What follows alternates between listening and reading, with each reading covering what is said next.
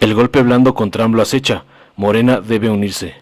El desmantelamiento de los núcleos productivos del Estado mexicano tiene una trayectoria que puede situarse con el inicio del gobierno de Miguel de la Madrid.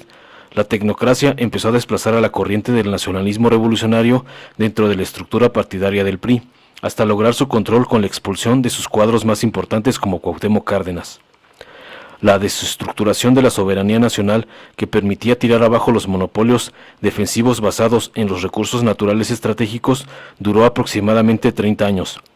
No pudieron avanzar firmemente en subordinarse radicalmente hacia los dictados del consenso de Washington, pero lograron hacerlo a un ritmo que ningún otro país en el orbe hizo. Pasaron por desindustrializar el campo para volvernos dependientes alimentarios, subordinaron la educación para establecer una fuerza de trabajo bajamente calificada que posibilitaba un proceso de sobreexplotación inédito, entregaron los territorios a la minería y llegaron al absurdo de entregar incluso las playas nacionales. La resistencia que se produjo en México con el Frente Nacional Cardenista, el nacimiento del PRD, el estallido zapatista y los diferentes movimientos sociales fueron deteniendo los planes del trazado original que había establecido Carlos Salinas de Gortari. El punto de inflexión fue en 2012, con el llamado Pacto por México. La tecnocracia logró unificar a todas las fuerzas políticas representadas en los partidos políticos existentes para iniciar la privatización directa del petróleo y el gas mexicano.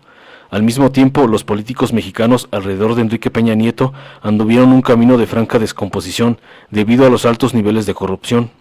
En el fondo, se estaban peleando la joya de la corona, es decir, quién sería el nuevo Carlos Slim del petróleo.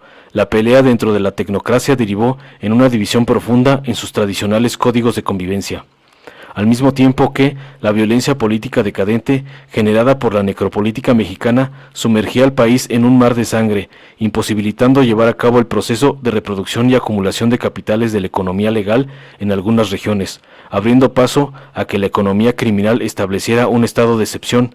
En Michoacán, este fenómeno pasó de la violencia ejercida a los agricultores del limón y el aguacate, y finalmente se desbordó en el tráfico internacional de acero y metales raros con conexiones con China.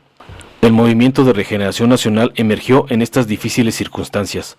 Andrés Manuel López Obrador dotó de un discurso histórico que aglutinó a diferentes sectores y clases sociales. Su insistencia en mantener a Benito Juárez en los discursos del presente no es una casualidad. El México de inicios del siglo XXI está atravesando por un nuevo tipo de ocupación norteamericana. No fue necesaria una guerra frontal, lograron subordinar todos los núcleos productivos estratégicos. En ningún país del mundo el comercio exterior depende tanto de la economía norteamericana como el nuestro. AMLO logró sintetizar el descontento que produce una creciente transferencia de valores de los capitales nacionales a los capitales americanos. Asimismo, colocar como eje de su estrategia un mayor número de apoyos sociales a los sectores más vulnerables, primero los pobres. Aunado a ello, la urgencia por pacificar al país por la violencia desbordada que se desencadenó irresponsablemente a partir de la pérdida de legitimidad del viejo régimen neoliberal. La fuerza del pueblo de México en 2018 fue ejemplar. Se optó por iniciar un proceso de transformación con el fin de sacar adelante la defensa por la soberanía nacional, y esto se hizo a través de un proceso pacífico que se desarrolló a través de las urnas. Esta necesidad por detener las condiciones de degradación de la vida pública de México derivó en esperanza, misma que hoy puede convertirse en desilusión. Llegar a la presidencia de la República necesitó de la unidad con diferentes sectores de la nación. Hay oportunistas y tipos impresentables que se subieron al proyecto de la Cuarta Transformación, no por convicciones, sino orillados por la fuerte presión social ejercida desde abajo. Esto explica que existan grandes diferencias y confluencias dentro del gabinete presidencial. No solo ahí, también existen con legisladores y con cuadros del viejo régimen, que aún permanecen dentro de las estructuras de gobierno. Pensar que Morena es el partido del poder es una ilusión aún. Porfirio Muñoz Ledo ha salido incluso a detener acciones que entregan más de lo que la correlación de fuerzas mantiene a flote a la Cuarta Transformación.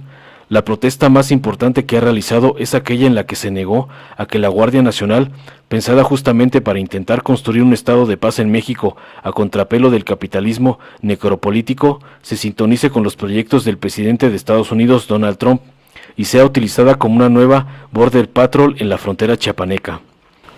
Es en el partido que se juegan las más diversas posiciones, unas más diversas que otras y algunas más confrontadas entre sí. Durante el periodo electoral, Morena logró constituirse como un comité de campaña que distribuía funciones para organizar la estructura territorial para el día de la elección. Esa función fue importante para evitar el fraude, pero es completamente insuficiente en nuestras actuales circunstancias.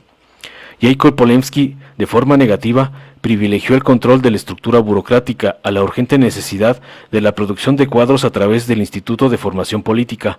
Esto ha complejizado el escenario. Se perdió un momento de oportunidad único con la frescura de haber ganado la presidencia. Hoy en día la operación de los diferentes mecanismos para establecer un golpe blando está en marcha. Un día sí y otro también, la Cuarta Transformación se enfrenta a una cantidad innumerable de noticias falsas. No es nada más estableciendo reglas claras en los procesos electorales para la definición de liderazgos, la forma en cómo se va a resolver la unidad en Morena. Es como lo dijo AMLO ante el conflicto entre Martí Batres y Ricardo Monreal, la posición que se tiene ante el intento de revertir el desmantelamiento de la soberanía nacional. Funcionar como un dique a la transformación será una estrategia momentánea, la simulación saldrá a flote tarde que temprano. Esta simulación solo podrá ser detenida y desenmascarada si y solo si el partido no pierde la esencia de seguir siendo un movimiento social. Impulsar la transformación requiere una tarea titánica por mantener la llama de esperanza y al mismo tiempo politizar la rabia por la forma en cómo nos dejaron al país. La unidad en Morena es por recuperar la soberanía nacional y con ella la posibilidad de acabar con el infierno que vio nacer Ayotzinapa. Obviamente no depende solo de liderazgos que importan, sino depende de la capacidad de organización que pueda sostener un movimiento que intente transitar ante las contradicciones actuales que produce la época. El posneoliberalismo tiene aún por recorrer una larga trayectoria para revertir los más de 30 años de despojo.